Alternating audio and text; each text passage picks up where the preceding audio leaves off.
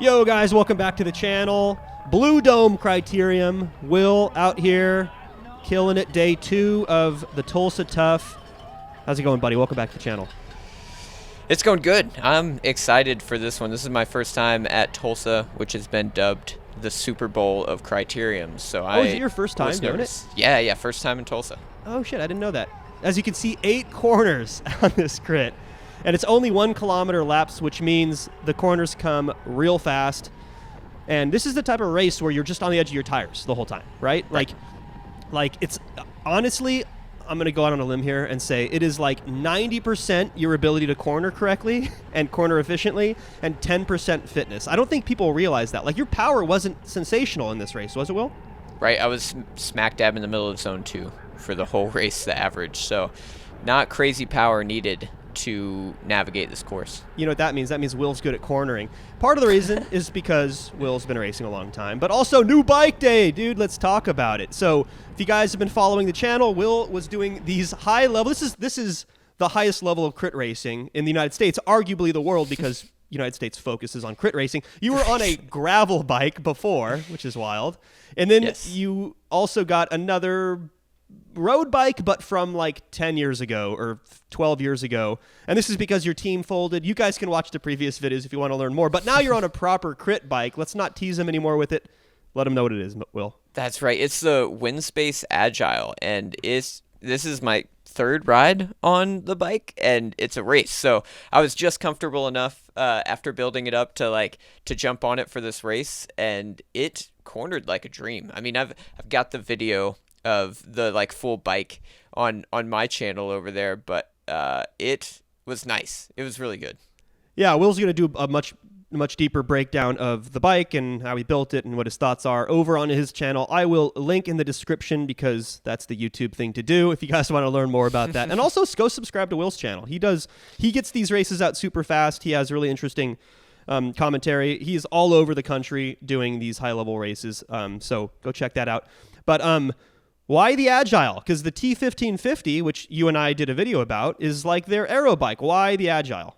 Yeah, actually, I think it works out better. I have been racing on Argon 18 Sum, which is their more road-style bike. The Agile is more of a road-style bike, and it's a little softer as far as rider comfort goes, and a little bit lighter. So I was excited. They had that one available to send to me, and I love the look of it. It's, in my opinion, a gorgeous bike, and it also is super light for a wide variety of races. So I was stoked to get on it. Yeah, light's not just good for climbing, guys. Don't forget, these crit races, you're often sprinting out of corners to get back up to speed, whether you like it or not. And, force equals mass times acceleration. So that's incredibly important. I can get into that topic, but I have in previous videos, so go check that out. Let's talk about the race at hand here. We said already it's the Blue Dome. It's 8 corners. It's got the Legions. It's got the Rainstorms, it's got the DCCs, it's got a million other people, 120 people in this field. It's the Super Bowl of crit racing. You already said it, Will. That's right. It's a hard race. I started at the back, too, so this whole time you've been watching me move up a little slowly, but I'm not... crash really, already. Oh, there it is. That's why you move up. That's why you don't stick around in the back. Okay, so your plan, we know that you're not a pure field sprinter. You got a decent kick, but up against the Williams brothers, for example, or probably 20 other racers in this field, you probably don't like your chances in a pure field sprint. So I imagine you're trying to work your way up to the front, see if you can make a split. I actually, for this race, I did not have any faith in a breakaway going. So I'm just going to save energy, and it's an ACC race. So I'm looking for points for the American Crit Cup series, and trying to get those points as best as I can. I know I can finish top 15, top 20 in a sprint. If I do better positioning, maybe even better, might get lucky. But with Luke Lamperti here, who can win Giro stages in a sprint, I don't have a ton of faith in my finish kick against that guy and various others. Yeah, I'm glad you brought that up. I totally forgot to mention Lamperti's here. You just race at the Giro. He's the national champion, the multi-time national champion. Yeah. So this truly is the highest level crit racing.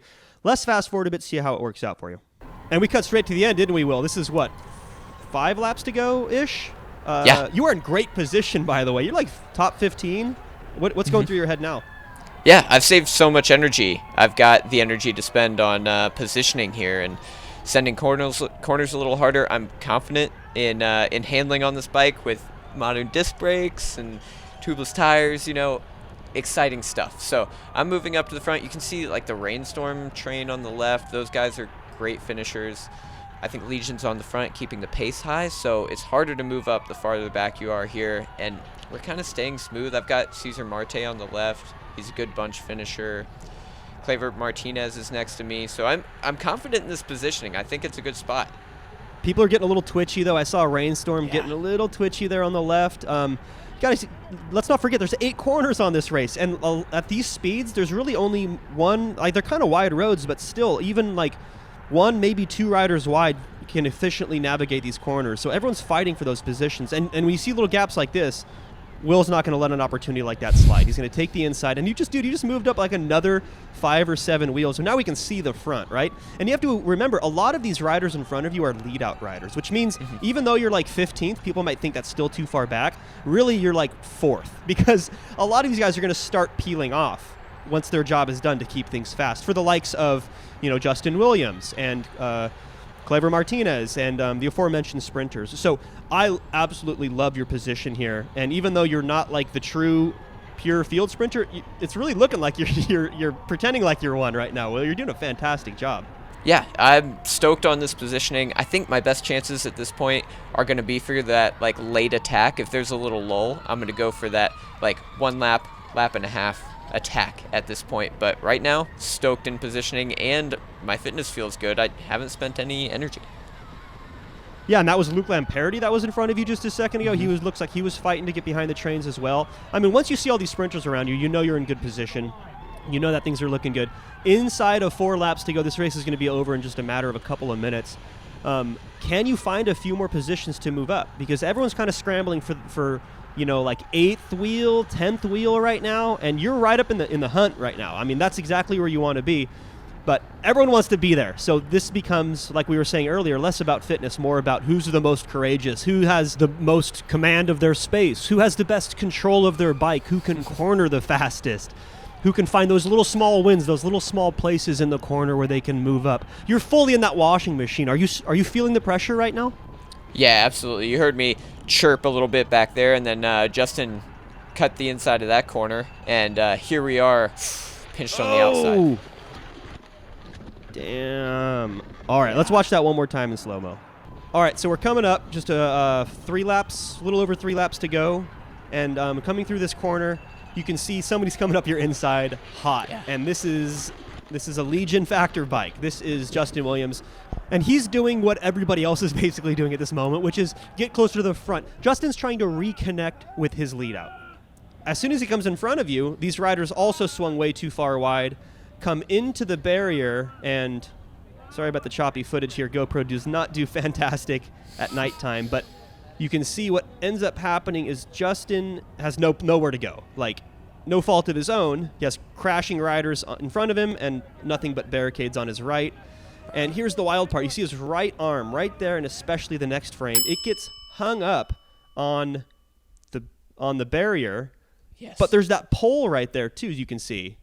And you heard his bicep got, like, ripped or something, right, Will? Yeah, he did a lot of trauma to that arm there. This whole crash, with just how quickly we slowed down, it caused a lot of injuries. So these fencings can cause that. They can slow you down quick. Yeah, I mean, you can see like one frame later, and his body just stops. It looks like his arm gets stuck right there, and his body just comes to a stop. Yeah. And dude, you had a pretty spectacular crash too. But if we keep going through, like your bike, just does the full front flip.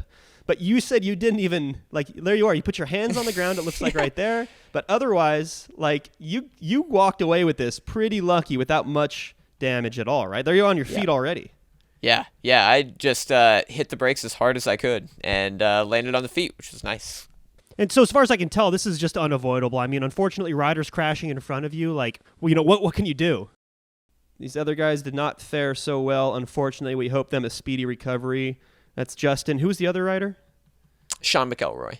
Oh, former teammate of Justin. So Anyway, we hope these dudes a speedy recovery. That was the end of the race for you, but we do have the finish of the race, and let's dive over to that now. Okay, so we're 4 laps to go. Like we said, we have Legion on the front here, but without Justin. And there you can see in the background, that is Will getting up from the crash. So that just happened. Meanwhile, you can see all of these teams are on the front organizing their lead outs. And by the time we hit 1 lap to go, Legion, I think they'd realized they don't have Justin on the end of their train anymore, so they get overtaken. And here comes Rainstorm. I think they did such a good job. They were so patient. There's like 5 of them here. And this is why they've been so successful this year. I mean, look at how fast they're going now. Final lap, they still have all of these riders. It is just going to be blistering fast from this point on, and they have the numbers to back it up. So they're even checking back here. I mean, this is like such a boss move when you're able to look back and still stay organized at this point in the race, at these speeds, going this fast through these corners. But look who's on the inside there. That is your national champion, Luke Lamperti. And there goes a Rainstorm rider. I think they're just going too fast through that corner. It doesn't look like he clipped a pedal or anything. They're just going Mach 6 through these corners, guys. So they played it super well, but they just lost one of their key sprinters. So they're going to lead things out here. You can see out of the saddle. This is a full sprint from the lead out. They're down 1 rider, though, and look who's at the end of their train now. Instead of the sprinter who crashed, it's that blue jersey from Lamperti.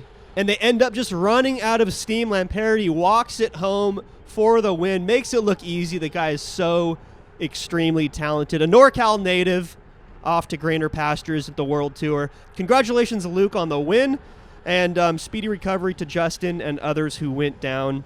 Thanks for watching, guys. Catch you in the next one.